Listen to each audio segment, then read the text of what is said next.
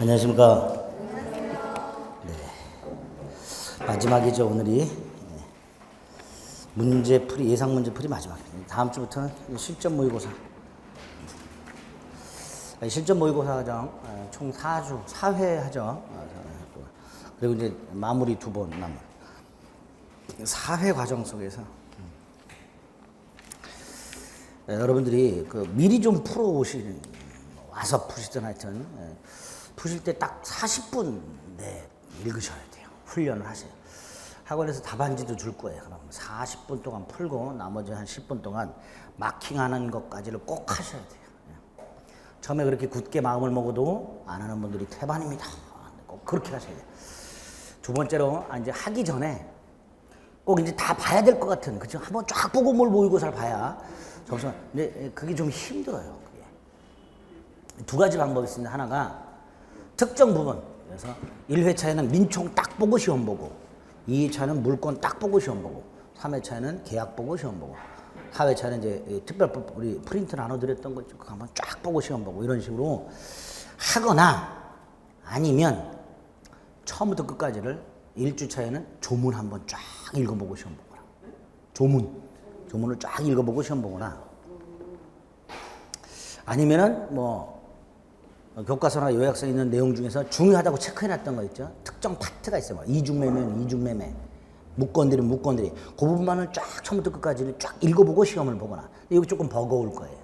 근데 어쨌든 그렇게 보거나, 그런 식으로 하여튼 미리 좀 특정 또는 전체를 볼 때는 말 그대로 처음부터 끝까지 샅샅이 보는 게 아니라 조문이면 조문, 뭐 한 5년치 기출지문은 기출지문, 이런 식으로 해서 미리 좀 내용을 보고 시험을 보고 난 다음에 복습, 또 대단히 중요한데, 복습은 그 40문제 중에서 찍어서 맞았거나, 그 다음에 틀린 건 당연하고, 그 다음에 해설을 들었는데도 이상하다 이거, 또는 제가 생각하기에 충분히 누구든지 다 맞출 수 있는 거는 해설을 살짝 건너뛰어요. 대충 말만 휙 하고 넘어가는 경우가 있어요. 이런 것들 중에 남들은 다 쉽다는데 나만 어려운 것들이 있어요. 이런 것들. 이런 부분을, 특정 부분이죠, 딱 찍어서 5, 6월 달 인강 그 파트를 딱 듣거나, 아니면 책의 그 파트를 한번 쫙 읽거나, 이런 식으로 절대로 그 모의고사에 있는 지문 하나하나를 어디선가 찾으려고 하지 마세요. 그거 공부 아닙니다. 그거 찾는 데 시간만 걸리고 그러지 말고. 근데 무건대리 문제가 있었다, 근데 틀렸다 그러면 교과서나 이런 데 무건대리 파트를 한번 쫙 전체를 읽거나, 강의를 한번 딱 듣거나, 이런 식으로. 둘 다 하면 너무 좋은데 안 되죠, 시간이. 그런 식으로 예습, 실전처럼 시험 보기, 복습, 세 덩어리가 한 세트입니다. 이 악물고 그렇게 하셔야 돼요. 시간이 없어요, 핑계입니다. 시간이 없어요 이런 말은 나 떨어질 거예요 라고 말하는 거 똑같은 거예요. 지금부터는 시간 없다 이런 핑계 대지 마시고 어떻게든 시간을 내서, 한 59일 남았죠? 59일 남았나요? 저기 안 써있나? 뭐 이렇게 공지사항이 잔뜩 써있나? 처음 보는 공지사항들이 이렇게 써있네. 시간 때문에? 네, 그렇군요. 네. 시험을 7시 50분까지 보내요. 그렇죠? 네. 맞는 건가요? 네, 맞아요. 그렇군요. 네. 어쨌거나 하여튼 시험 저 시간이면 와서 충분히 풀어보실 수 있죠. 꼭 좀 그렇게 해 주셔야 됩니다. 네. 막판만 잘 짜도 합격합니다. 그러니까 막판에 줄 때 이제 자료 같은 거 이런 거 보잖아요. 근데 자료 같은 거 볼 때 이해가 안 되는 부분이 또 당연히 생기죠. 그거를 집중해서 보지 마세요. 그냥 쓱 읽고 넘어가야 돼요. 그 막판까지, 지금 남은 시점에서 이해 안 되는 거는 시험 보러 갈 때까지 안 된다고 제가 누누이 말씀드렸습니다. 그러니까 그런 것들은 그냥 읽고 바로바로 지나가시고, 그래서 최대한 빠르게 쫙쫙 읽어 나가셔야 돼요. 그렇게 막판을 쪼시면 합격합니다. 아시겠죠? 문제풀이 과정도 대단히 실전 모의고사는 중요하니까 마지막 역전 기회다라고 생각하시고 해주시면 돼요. 그래서 1, 2, 3, 4회차 실전 모의고사 볼 때 3, 4회차가 50점대가 나오는데요. 3, 4회차가 민법이. 뭐 이때 50점대라 하면 50점부터 58.5까지죠. 50점대 나오면, 그 정도 나오면 충분히 합격하니까 그렇게 생각해 주시면 됩니다. 아시겠죠? 1년 동안 모의고사 60점 한번 넘어봤으면 안 되지. 임대차 일단 쫙 하고 그다음에 특별법은 지문, 문제 지문 가지고 딱 필요한 것만 체크하고 끝낼 겁니다. 우리 특별법은 반만 맞자 그랬어요. 자, 임대차. 일방이 타방에게 물건을 사용 수익하게 할 것을 약정하고 타방은 차임을 지급할 것을 약정함으로 성립하는 유상쌍무 낙성 분류식 계약. 유상이니까 담보 책임이, 쌍무니까 동시항변권 위험 부담이 문제될 수 있겠죠? 그래서 임대인이 임차인으로 하여금 목적으로 사용식할 수 없게 했다. 제대로 사용식을 못하겠다. 담보 책임 같은 거 져야 되겠죠. 이때 그 목적물은 반드시 임대인 소유일 필요가 없고요. 부동산 동산을 불문하죠. 그리고 비소비물이어야 됩니다. 소비되는 물건은 소비대차라는 계약이 따로 있어요. 그래서 임대차의 목적물은 나중에 임차인이 그 목적물 자체를 반환해야 되기 때문에 비소비물이어야 된다. 뭐 이런 것들 기억하십니다. 반대 당사자는 차임을 반드시 지급해야 되기 때문에 차임 지급이 임대차의 요소이면서 차임은 꼭 금전일 필요는 없다. 자, 임대차 계약을 체결하면 임차인은 임차권이라는 채권을 취득하게 되고 임차권은 채권이니까 대항력이라는 게 없어서 가장 심각한 게 목적물의 소유자가 바뀌었을 때 새로운 소유자에게 임차권을 주장할 수 없다라는 치명적인 단점이 있다 그랬어요. 임차권. 그래서 그 임차권 중에서 부동산 임차권만은 대항력이라는 걸 부여하는, 그래서 부동산 임차권을 강화시킴으로써 임차권에다가 물권의 성질을 부여하는 이런 경우가 있게 됩니다. 근데 임차권이 물권의 성질을 갖는다 해서 물권이 되는 건 아니라 그랬어요. 이 채권이긴 하지만 물권화 경향 이렇게 부른다 그랬습니다. 621조 등기청구권이 있고 622조 토지 임차인이 그 임차권을 등기하지 아니한 경우에도 임차지상의 건물을 소유권 등기하게 되면 그때부터 제3자의 효력이 있는 이런 대항력을 부여하는 장치가 민법에 2개가 있다라는 거. 621조는 등기청구권이죠. 당사자의 반대 약정이 없다면 임차인은 등기 신청 절차에 협력할 것을 청구할 수 있다. 청구권에 불과하니까 임대인은 등기 신청 절차에 협력할 의무 이런 건 없지. 그런 거죠. 임대차 계약의 성립과 관련해서는 뭐 양당사자의 의사치만 있으면 되고 이제 문제가 되는 게 존속기간이고요. 존속기간은 최장 최단 없지요? 최장 최단 없어요. 그래서 2가지. 첫째, 뭐 20년 이상 얼마든지 할 수 있습니다. 기간을. 다만 영구무한의 임대차는 안 됩니다. 지상권이나 지역권은 영구무한의 지상권, 지역권이 가능해요. 그러나 임대차는 채권에 불과하니까 영구무한의 임대차는 안 됩니다. 또 하나가 기간을 정하지 않으면 635조 기간의 정함이 없는 임대차로서 각 당사자는 언제든지 해지를 통고할 수 있고 이때 즉시 해지되지 않고 6월, 1월 5일이 지나야 해지가 되는 해지 기간이 규정이 되어 있습니다. 요거 편면적 강행 규정이어서 이 해지 기간을 연장 또는 단축하기로 하는 당사자 간의 약정은 임차인에게 불리한 범위 내에서 무효가 된다. 635조 기억하셔야 되고요. 요 632조가 5조가 확대 적용되는 게 2개가 더 있다는 636조, 637조. 36조는 기간은 정했지만 당사자가 해지권을 유보한 경우하고요. 37조는 임차인이 파산한 경우하고. 요때 해지하는 경우에도 해지 기간이 필요하고요. 마지막으로 639조 법정갱신되었을 때 전임대차와 동일 조건이 돼 635조에서 해지 통고할 수 있으니까 요 4가지가 즉시 해지가 아니라 뭐다? 해지 기간 경과가 필요하다. 기억하시면 됩니다. 2번째로 존속기간이 끝났을 때 갱신의 문제가 생기는데 민법상 임대차에는 약정갱신, 법정갱신, 갱신의 간접적 강제 3가지가 다 있다 그랬죠? 자, 먼저 약정갱신에서는 10년 넘지 못한다. 기억하셔야 되고요. 10년 넘을 수 없다. 법정갱신은 요건이 뭐였었죠? 기간이 만료되고 임차인이 계속해서 사용식하고 임대인이 상당 기간 내에 이의하지 않았을 때 법정갱신이 효과 2개 기억해야 되죠. 하나가 전임대차와 동일 조건이 돼 언제든지 해지 통고할 수 있으니까 기간의 정함은 없는 걸로. 또 하나가 보증금을 제외한 제3자가 제공한 담보는 소멸한다. 그래서 보증금은 법정갱신에 의해서 소멸하는 제3자가 제공한 담보에 포함되지 않는다. 이런 표현 기억하시자.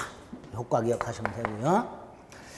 갱신의 간접적 강제소하는 모든 임대차가 아니라 토지 임대차에서만, 그것도 견고한 건물이나 공작물 소유를 목적으로 하는 토지 임대차나 식목, 체험, 목축을 목적으로 하는 토지 임대차에서 기간이 만료되고 임차인 소유의 지상물이 남아있을 때 갱신을 청구하고 임대인이 갱신을 거절하면 지상물 매수를 청구할 수 있고, 지상물 매수 청구는 거절하지 못하는. 그래서 지상권에는 283조 지상권자의 지상물 매수 청구권을 준용하고 있다. 토지 임대차에. 쫙 이렇게 성립과 관련된 내용 한 세트 조문 기억하시면 되고요.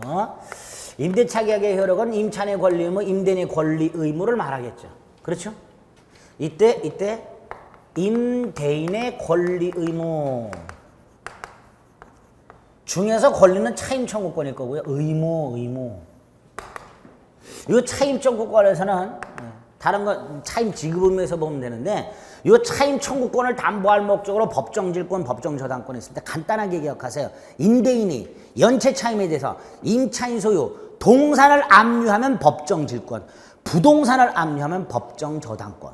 그렇게 딱 법정질권, 법정저당권이라는 법정담보물권을 여기 권리 때문에 인정을 해주고 있고요.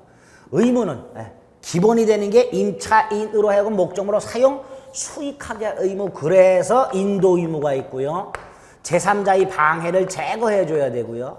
특히 임차권은 채권에 불과하니까 물권적 채권이 인정이 안 되기 때문에 임차인의 사용 수익을 제3자가 방해했다 하더라도 임차인은 임차권에 타잡은 방해 제거 청권 자체가 인정이 안 되니까 임대인이 제거를 해줘야 되는 이 원칙이라고 했습니다. 그리고 현상유지 수선 의무가 중요하죠. 요 현상유지 수선 의무를 이행하는 걸 뭐라 그래요?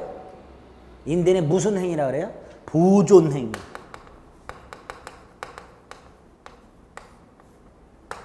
현상유지 수선 의무를 이행하는 걸 보존 행위라고 하는데, 첫째, 사소한 하자의 경우에는 수선 의무가 생기지 않는다. 두 번째, 수선 의무 면제 특약할 수 있다. 그러나 대규모 수선 의무는 면제되지 않는다. 세 번째, 임대인이 보존행위할 때 임차인은 거절하지 못한다. 수인 의무가 있다. 임차인의 의사에 반해서도 보존행위할 수 있다. 임차인 의사에 반하는, 임차인이 해달라 이런 거 말고 임차인 의사에 반하는 보존행위가 있고, 이로 인하여 임차인이 목적을 제대로 달성할 수 없다면 해지권을, 임차인에게 수인 의무를 부여하는 대신에 해지권을 주고 있다. 목적물이 파손돼서 수선을 요한다. 임차인은 지체 없이 통지할 의무가 있다. 다만 임대인이 이미 알고 있을 때는, 안 때는 통지할 필요가 없다. 이런 것들이 임대인의 수선 의무에서 먼저 머릿속으로 딱 기억하셔야 돼요. 이러한 임대인의 수선 의무는 그 목적물의 파손이 불가항력적 파손인 경우뿐만 아니라 임차인 귀책 사유로 파손된 경우에도 임대인에게는 수선 의무가 있다. 임대인은 별도로 손해배상 청구하고 나중에 보증금에서 충당한다. 이렇게 연결해서 기억을 하셔야 될 것이고요.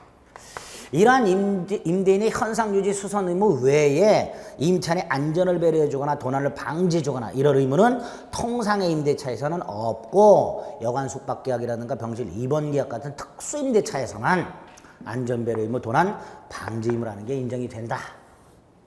짝, 그쵸? 아유, 별거 없어요. 그쵸? 임차인 권리 의무 중에서 권리, 일단 기본적인 권리가 4가지가 있었죠. 임차권, 채권이고 대항력 없다. 그러나 아까 대항력 부여하는 경우 있었죠. 기억나시면 되고요. 비용 상환 청구권 있다. 원래 비용을 누가 부담해야 되는데, 임대인이 부담해야 되는데 임차인이 비용을 부담했다면 청구할 수 있는데 2가지가 있다. 필요비와 유익비. 첫째, 필요비는 지출을 즉시 청구할 수 있고, 유익비는 임대차 종료 플러스 가액 증가가 현존한 때. 두 번째는 언제까지? 임대인이 목적물을 반환받은 날로부터 6월까지 청구할 수 있다. 유익비는 상환기간을 허여받을 수 있다. 유익비는 상환기간을 허여받을 수 있다. 객관적 가치를 증가시킨 비용이어야 되니까 임차인의 특수목적 시설 비용은 유익비 상환 청구의 대상이 아니다. 유치권에 의해서 보호받을 수 있으나 2가지. 첫째, 유치권은 불법점유 상태에서는 인정이 안 된다 그랬죠. 그러니까 임차인이 임대차가 끝났음에도 불구하고 정당한 권한 없이 목적물을 점유 사용. 불법점유죠. 이 상태에서 임차인이 추가적으로 비용을 지출했을 때 비용 상환처권은 인정되지만 유치권은 성립하지 않는다. 그렇죠? 유익비에 대해서 법원으로부터 상환기간을 허가받으면 유익비는 변제가 도래하지 않았기 때문에 유치권 성립을 저지할 수 있다. 임의규정이라 그랬죠. 그래서 비용 상환처권을 포기하기로 하는 약정 유효하다. 그리고 임의규정이기 때문에 어디에 적용된다? 일시사용 임대차에 적용된다. 일시사용 임대차에는 강행규정은 적용이 안 되고 뭐만 적용된다? 임의규정인 비용 상환처권 따위는 인정된다. 비용상환청권이 임의규정이기 때문에 포기특약할 수 있다. 이 비용상환청 포기특약은 곧 뭐에도 해당된다. 유치권 성립을 배제하는 특약에도 해당된다. 두 가지가 있다. 원상복구하기로 하는 약정과 임차인이 건물을 증축하되 임대인에게 귀속시키기로 하는 약정. 이 두 가지는 비용상환청권을 포기하는 특약으로 유효하고 따라서 유치권이 성립하지 않는다.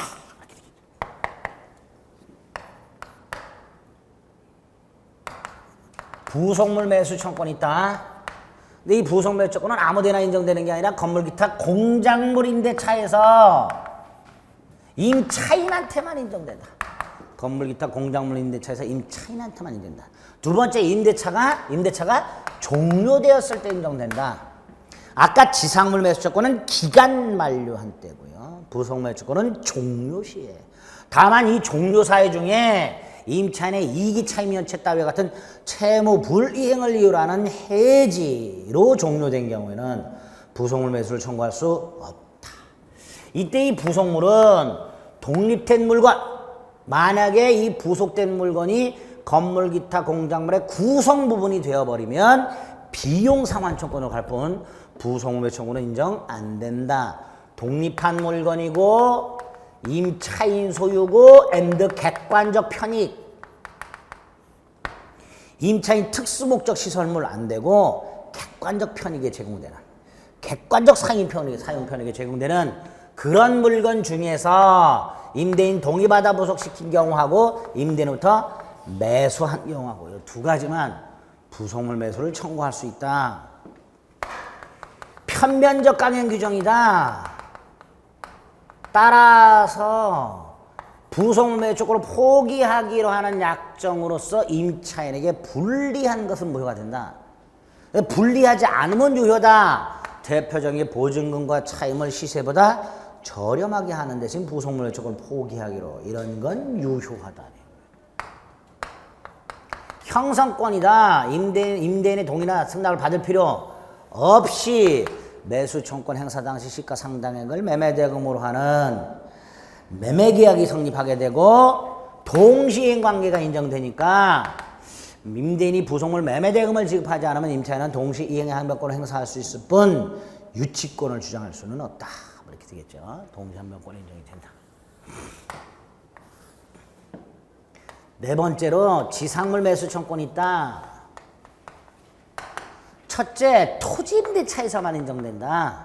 임차인에게만 인정된다. 토지임대차의 임차인에게만 인정된다. 두 번째로 임대차 기간 만료, 지상물 현존, 갱신 청구 거절되었을 때 지상물 매수를 청구할 수 있는데 판례가 하나를 더 인정한다. 기간을 정하지 않았는데 임대인 해지 통고 로 소멸한 경우. 그래서 원래 임차인의 지상물 매수 청구는 갱신 청구했을 때 거절당한 경우, 그래서 지상물 매수를 청구하기 위해서 먼저 갱신 청구부터 해야 되는데 이런 특별한 사정, 기간의 정함이 없고 임대인이 해지 통고하는 경우와 같은 특별한 사정이 있을 때는 갱신 청구할 필요 없이 지상물 매수를 청구할 수 있다. 두 번째. 이런 지상물 매수권 인정되는 경우 지상물과 관련된 판례들이 좀 많지요. 간단히. 첫째가 임대차 목적에 반하여 출조되고 임대인이 예상할 수 없는 고가의 지상물은 매수 청구에서 제외, 매수 청구 못해. 그게 아니라면 미등기 무효가 된다. 기존 건물 되고 신축 건물 된다. 신축할 때 임대인 동의받은 거 되고 동의받지 않은 것도 된다. 건물의 경제적 가치가 없어도 된다. 임대인에게 별 효용이 없어도 된다. 저당권 따위가 등기돼 있다. 그 채권액만큼 공제하면 된다.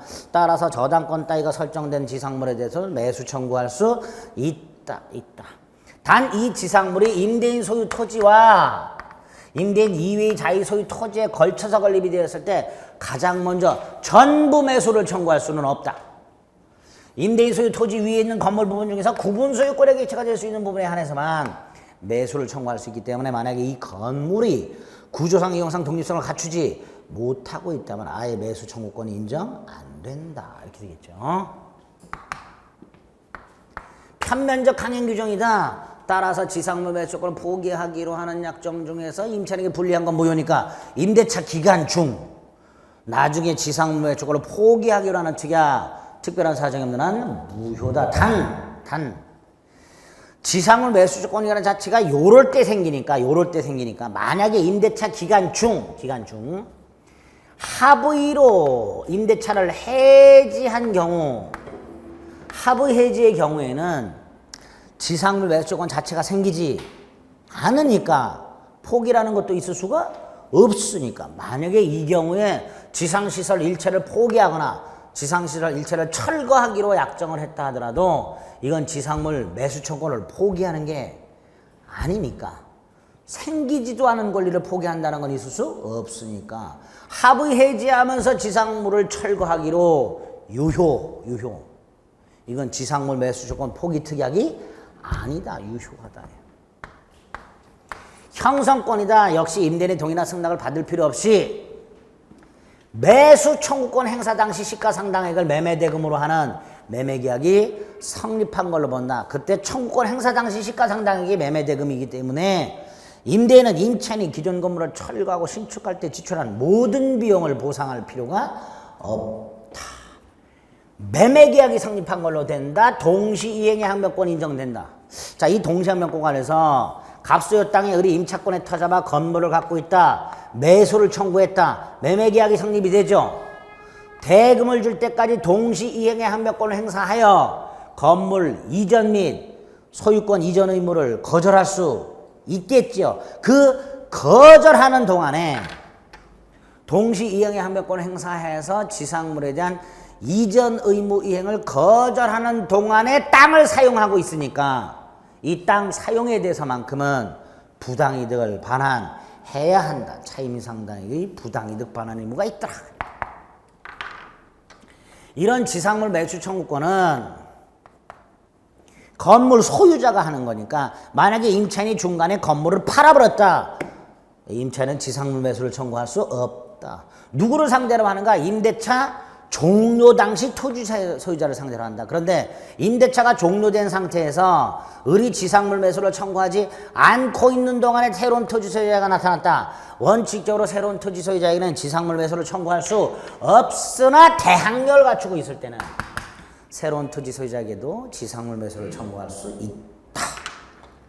마지막으로 임차인이 지상물 매수를 청구하지 아니한 상태에서 갑이 철거 소송을 제기해서 상소 판결을 설령 받았다 하더라도 철거 집행 전에는 여전히 지상물 매수를 청구할 수 있다까지. 지상물 매수권 내용이 좀 많아요. 그렇죠? 다 알고 있는 내용이에요. 그렇죠? 뭐 이해가 된다기보다는 기억이 나요. 그렇죠? 이해가 된다기보다는 그랬었던 기억이 나. 스스로 기억은 안 나도 듣다 보면 기억이 나. 그 상태예요. 그 상태. 스스로 기억이 나면 참 좋을 텐데 안 나요. 스스로 기억. 시험 볼 때 지문 쭉쭉쭉 보면서 제가 했던 말이 떠오르면 되는 거예요. 떠올라야 돼. 자, 임차인의 권리 4개. 그 다음에 의무는 차임지급 의무죠. 차임과 관련해서 이게 기본이고요. 차임지급 의무가 기본이고요. 이때 차임지급 시기는 후급을 원칙으로 하죠. 물론 당사자 약정이 있으면 약정한 시기에 지급하지만 약정이 없을 때 동산 건물 대지 임대차는 매월 말 기타 토지 임대차는 매년 말 수학기가 있는 경우 수학 후 지체 없이라고 해서 후급을 원칙으로 한다. 뭐 이렇게 되겠죠. 차임지급 시기. 두 번째로 약정한 차임이 경제사정의 변동으로 상당하지 않게 되면 차임 증감을 청구할 수 있다. 형성권이다. 강행 규정이다. 따라서 첫째, 임대인이 차임을 증액하지 않는 불증액 특약을 했다 하더라도 증액 청구할 수 있고 불증액 특약이 있다 하더라도 증액 청구할 수 있고 강행 규정이니까. 두 번째로 형성권이긴 하지만 상대방이 이의를 할 수 있죠. 이것도 강행 규정이니까 임대인이 일방적으로 증액 청구했을 때 임차인은 이의하지 못한다라는 특약도 무효고 이렇게 되겠죠. 그렇죠? 증감 청구인데 상대방이 이의를 해서 판결이 나왔다. 증감의 효과는 판결 확정 시부터 발생하는 게 아니라 청구 시로 소급한다. 임차인에게 별도로 감액 청구권이 있다. 목적물의 일부가 임차인의 귀책 사유 없이 멸실된 경우 그 멸실된 부분만큼 당연히 감액되는 게 아니라 멸실된 부분의 비율만큼 차임 감액을 청구할 수 있으며 잔존분만으로 목적을 달성할 수 없을 때는 차임 감액 청구가 아니라 뭘로? 해지 할 수 있다. 이렇게 되죠. 약정한 차임을 2기 이상 연체하게 되면 임대인은 해지할 수 있다. 연속이기, 통산이기를 불문한다. 상가 건물 임대차는 3기다. 3기다. 민법상 임대차나 주택임대차는 2기 이상 연체하게 되면 차임 임대차 계약을 해지할 수 있다. 차임과 관련된 거. 아까 봤던 거 임차인은 통지 의무가 있고 수인 의무가 있고 목적물에 대해서 선량한 관리자의 주의 의무로 보관을 하다가 목적물을 원상에 회복하여 반환할 의무가 있더라. 의무예요. 선량한 관리자의 주의 의무, 원상 회복 의무, 반환 의무. 자, 첫째, 원상 회복 의무 속에는 폐업 절차 이행 의무가 포함된다.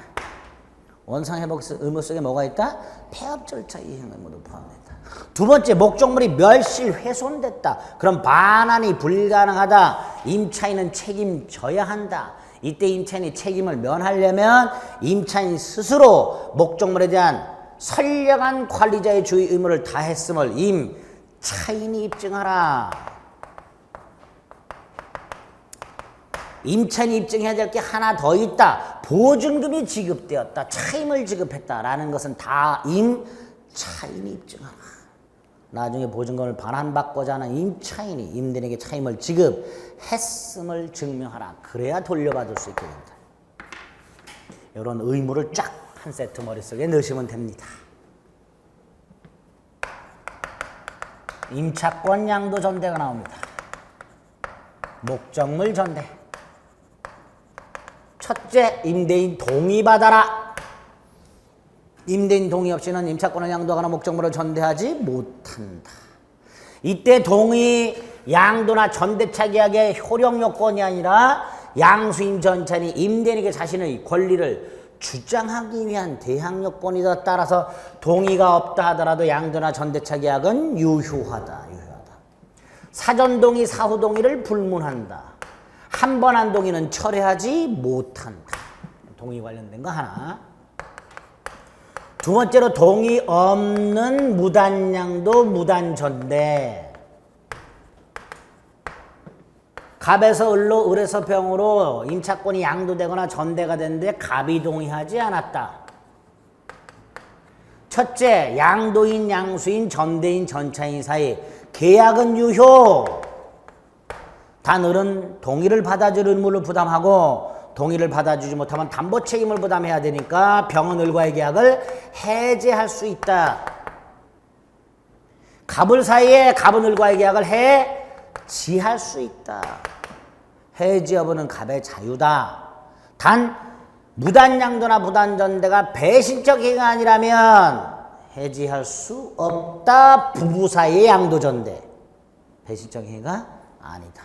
갑병 사이 병의 점유는 갑에 대해서는 불법점이다. 따라서 갑은 병을 상대로 목적물 반환 청구, 부당이득이나 손해배상을 청구할 수 있는데 이 목적물 반환 청구와 부당이득 반환 청구, 손해배상 청구는 갑이 을과의 계약을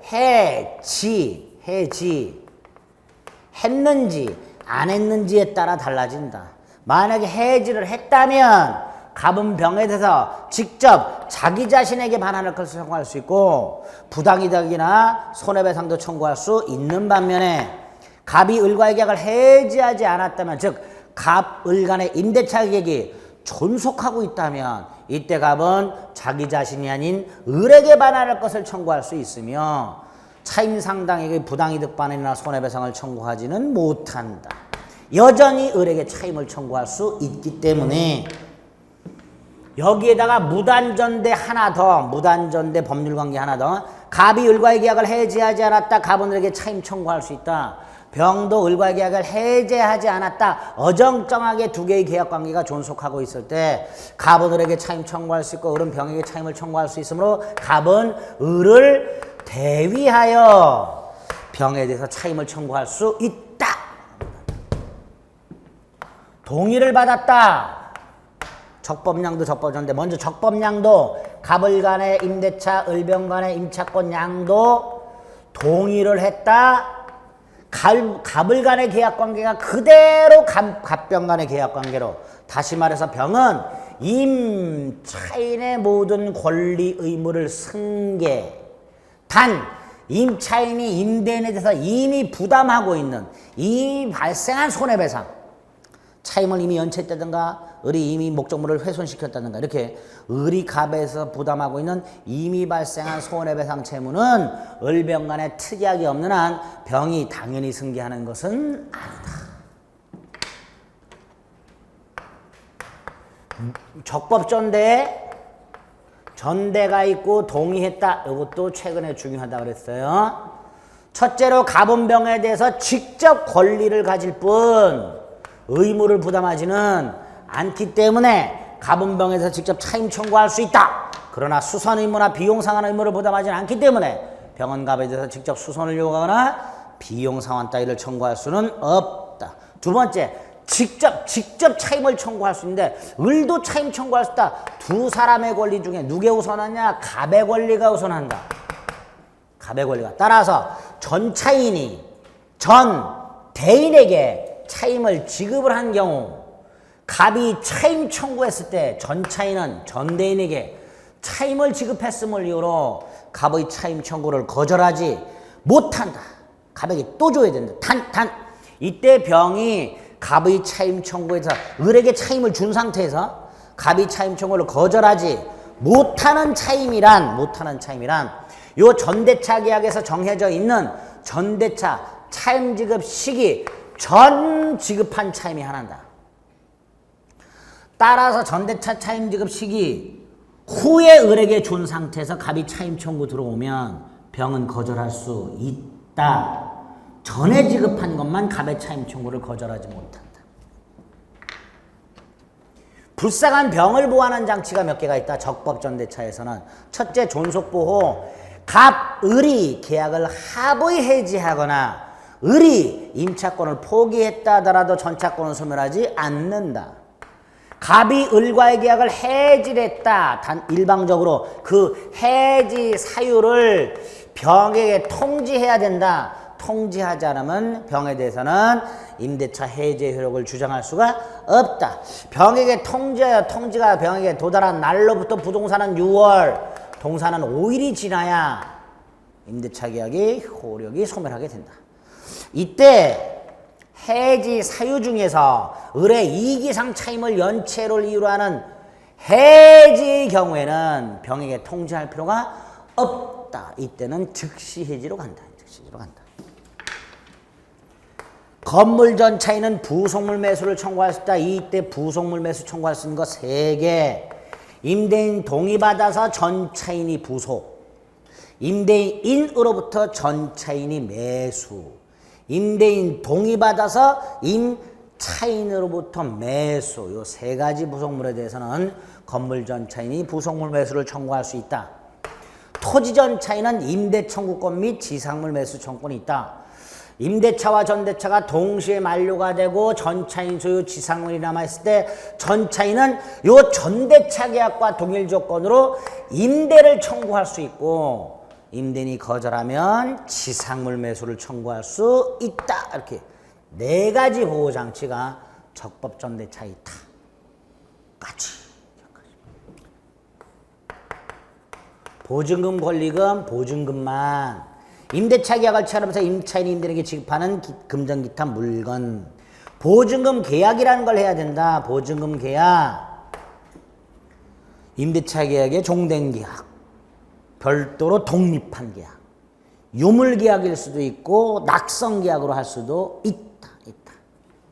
보증금의 기능은 손해배상을 담보하는데 어떤 손해배상이냐 임차인이 목적물을 임대인에게 반환할 때까지 명도할 때까지 발생한 모든 손해배상을 담보한다. 따라서 충당도 반환시 한다. 반환시 충당해야 되기 때문에 임대차 존속 중 또는 임대차가 종료됐음에도 불구하고 아직 목적물이 임대인에게 명도되기 전 임대인이 차임 청구에 대하여 임차인은 보증금이 지급되어 있음을 이유로 그 차임 청구를 거절할 수가 없다. 임차인은 거절 못한다. 단 차임 연체에 대해서만큼은 임대인이 미리 보증금에서 충당할 수 있는 자유는 있다. 이 보증금 반환 의무를 누가 부담하느냐? 특히 예컨대 갑소유 땅에 을이 있고 을이 보증금 반환 채권을 갖고 있더라. 갑이 부담하지요. 그런데 목적물의 소유자가 바뀌었어요. 원칙적으로 임차권은 채권이니까 신소유자에게 보증금 반환을 청구할 수가 없다. 갑이 부담한다. 단 얘가 대항력을 갖고 있거나 갑병이 보증금을 인수하기로 합의한 경우에는 병이 보증금 반환 의무를 부담한다. 그런데 이 경우에도 을이 그걸 원하지 않으면 상당 기간 내 해지 의사를 표시함으로써 승계의 구속에서 벗어날 수 있고 그때는 여전히 누가 갑이 보증금 반환 의무를 부담한다. 이러한 보증금 반환 청구권 임대차 존속 중에는 보증금 반환 채권으로 갖고 있다가 임대차가 종료되면 보증금 반환 청구권으로 바뀌게 되는데 따라서 보증금 반환 청구는 종료시에 생긴다. 종료시에 생기는데 행사는 반환시에 한다. 왜? 목적물 반환과 보증금 반환은 동시행관계이기 때문에 청구권은 반환시에 행사한다. 이때 반환되는 보증금은 목적물을 반환할 때까지 발생한 임차인의 모든 손해배상이 당연히 공제된 잔액보증금을 말하는데 이때 공제되는 손해배상에는 차임연체, 임차인의 귀책사유에 의한 멸실훼손 뿐만 아니라 임차인이 목적물을 반환하지 아니하여 임대인이 반환 소송을 제기한 경우 그 소송 비용도 보증금에서 당연히 공제되는 손해배상에 포함된다. 까지를 쫙 기억하시면 돼요. 마지막으로 임대차 소멸 중에서 해지에 의한 소멸 이 두 개가 있다. 즉시 해지하고 해지 기간이 경과해야만 해지되는 경우 이 해지 기간이 경과되는 경우 앞에서 봤던 일단 4개에다가 아까 요거 해지 사유를 전차인에게 통지하고 적법 전대차 6월 또는 5일이 경과해야 해지가 된다. 요게 해지 기간이 지나야 해지가 된다. 나머진 다보다 즉시 해지다. 요 정도. 그쵸? 매매보다 양이 적죠? 똑같지요? 네, 더 많아요. 그래서 매매하고 지난 시간에 했던 요거하고 최소 4개 합쳐서 5개가 기본으로 나오니까 처절하게 봐주셔야 됩니다. 아시겠죠? 임대차만 주임법, 상임법 펼쳐서 7문제가 나온 해도 있었다고 그랬습니다. 제가. 중요한 부분입니다. 자, 그러면 378페이지 42번에 1. 임차인과 전세권자. 임차권하고 전세권은 전혀 다른 권리입니다. 임차권은 채권이고 전세권은 전세권 등기한 물권이고 다만 둘 다 부속물 매수 조건 있죠? 그렇죠? 이 부속물은 둘 다 임대인 동의받아 전세권 설정자 동의받아 부속. 임대인으로부터 매수, 전세권 설정자로부터 매수. 차이는 뭐예요? 전세권에는 설정자도 부속물 매초권이 있어요. 그러나 임대 차이는 임대인은 부속물 매초권이 없다 이렇게 되죠. 그런 차이는 있습니다. 2번은 전세권자 지워야 되죠. 왜? 전세권자에는 뭐가 없어요? 필요비가 없죠. 필요비가. 3번 임대차에서 보증금, 민법엔 보증금에 관한 규정 자체가 없어요. 보증금 지워야 돼요. 그러나 전세권에서 전세금은 전세권 성립 요소고요. 4번은 전세권자 파산 지우면 되죠. 임차인 파산은 해지 사유지만 전세권자 파산은 소멸 청구 사유가 아니다. 그랬습니다. 5번 임차권 묵시갱신 인정되고요. 전세권은 건물 전세권에서 인정되지요. 그러니까 5번도 X. 옳은 거 1번. 43번은 1. 임대인의 수선 의무. 3번은 사소한 하자는 수선 의무가 없으니까 임차인이 수선하라. 4. 임대인은 현상 유지 수선 의무가 있지 임차인의 특수 용도에 적합한 구조를 유지할 의무는 없죠. 임차인 특수 목적에 적합한 구조를 유지하라 그러면 임대인이 주방시설 같은 걸 해줘야 되는 거죠. 그러니까 그런 건 없다. 5번 통산 임대차에서는 안전배려나 도난방지 의무 같은 거 없다. 2번이 문제가 되는데요. 이런 경우 한번 생각해 보세요. 건물 소유자가 있는데요.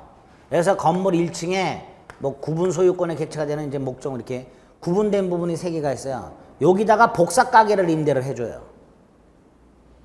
해줄 수 있죠. 근데 며칠 있다가 여기에 또 복사 가게가 들어왔어. 그럼 기존 복사 가게 주인 어때요? 뚜껑 확 열리겠죠. 그래서 임대인한테 쫓아갔더니 임대인이 뭐라 그래? 아니 내가 내 건물을 내 맘대로 임대하겠다는 이게 뭔 참견 그러겠죠? 그게 이거예요. 보세요.